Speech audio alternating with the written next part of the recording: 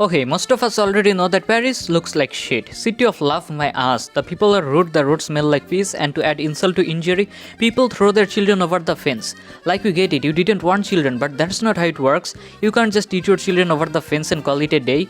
And here's the thing, right? A bunch of frogs together is called an army of frogs, which isn't all that surprising when you think about the fact that the frogs can go 5 minutes without doing an explosive riot. There is always shit happening on the streets of Paris.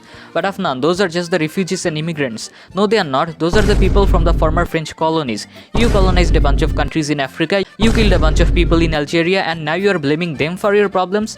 This seems especially nasty when you think about the fact that right up north, London is the most diverse capital city in the world, and it's not as much of a shit show as Paris. Like, the only reason why people from Africa go to France is so that they could move to the UK using the English Channel. Not even the refugees want to live in France, let alone Paris. And the fact that Paris is expensive AF makes it even worse, because if I'm spending a shit ton of euro money on something, the last thing I'd want to do is live in a city that smells like piss, cause at that point I can just live in a public toilet rent free. Oh wait, Paris is an overly large public toilet because there are no signs showing where the damn toilet is, and the French are way too egotistical to show you the direction.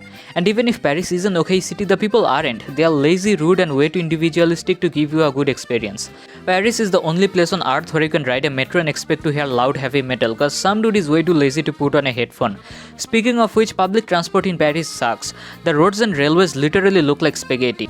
All roads lead to Rome until you are in Paris. And to top it all off, the Paris metro is still using trains from the 1960s.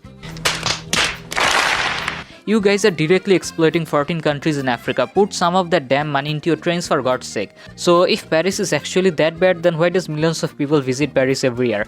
Well, they go there happily and return with PTSD. There is literally a term called Paris syndrome used for people who lost half of their brain cells in Paris.